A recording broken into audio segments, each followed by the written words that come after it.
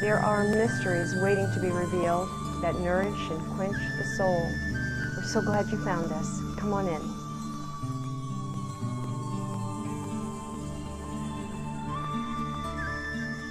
I don't think pagans have gotten into the process theology nearly as juicily as I would like, and that's one of the reasons I was very excited to see this book, because while I don't think you actually use the term process theology, that's what it's an example of. And well, I do think there's process theology is a pretty hot button issue right now. I definitely think that, there's folks that feel that the gods are independent, unchanging. Nothing we do or say is really going to affect them outside of propitiating them or offending them.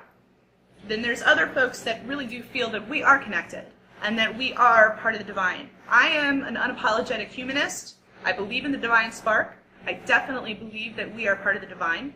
In my worldview, as above, so below does mean that what we do changes who the gods are, that we are here to uplift the world, that we are here to create the gods in a sense. Yes, they are independent and outside of ourselves, but they need us in order to fulfill what it is that they are doing, which is unfolding.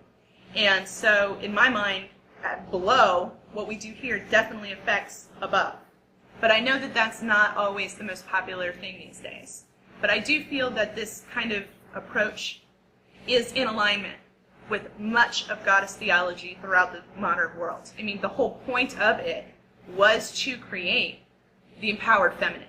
How did we do that? We did that through action. We did that through channeling what we thought was divine and then moving it forward. So I feel that process theology does move the whole dialogue forward. But I know that some people don't agree with that. And people should read the book and decide for themselves. I agree. I think everyone should read this book, and I think everyone should buy a copy for their friend.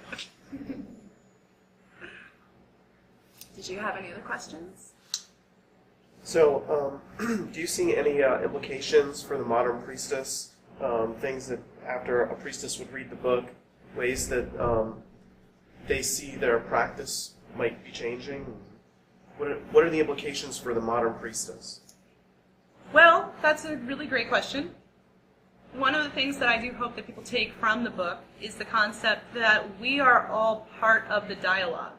The best thing about Western esotericism, and I know that some people maybe don't understand what that means, it's a conversation. It's a conversation about the nature of God, our place in the world, and how we affect it. And I hope that priestesses, priests, regular folks, everybody, I hope that what they take from this book is that we have the power to change our reality. We have the power to bring the gods through.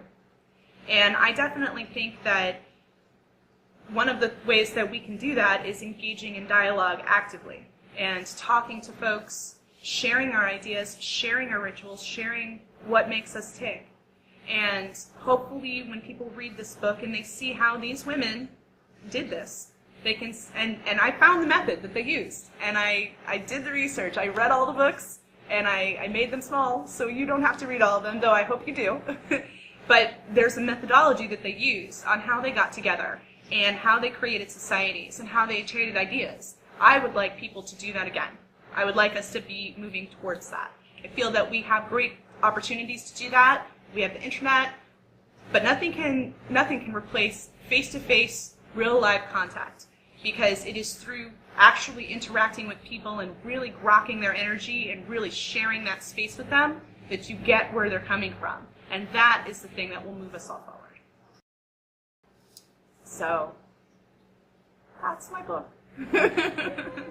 There are mysteries waiting to be revealed that nourish and quench the soul.